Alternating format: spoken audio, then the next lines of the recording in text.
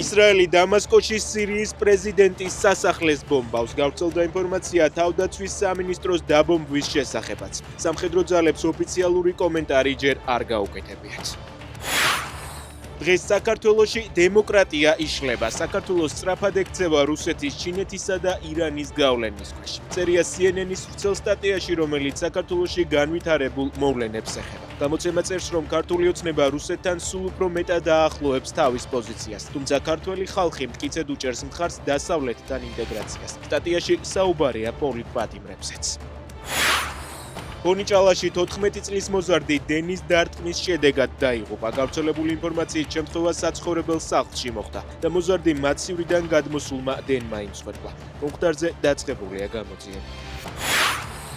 სომხეთს სურს გახდეს ევროკავშირის წევრი, მაგრამ მაშინაც კი თუ არ მიიღებენ სომხეთი ევროპული სტანდარტების დონემდე ამაღლდება. განაცხადა სომხეთის პრემიერ-მინისტრმა. ფაშინიანის თქმით, ბრიუსელში მისი ბოლო ვიზიტის დროს ევროკავშირთან ვიზა ლიბერალიზაციის საკითხი განიხილეს. ფაშინიანმა პროცესი დადებითად შეაფასა.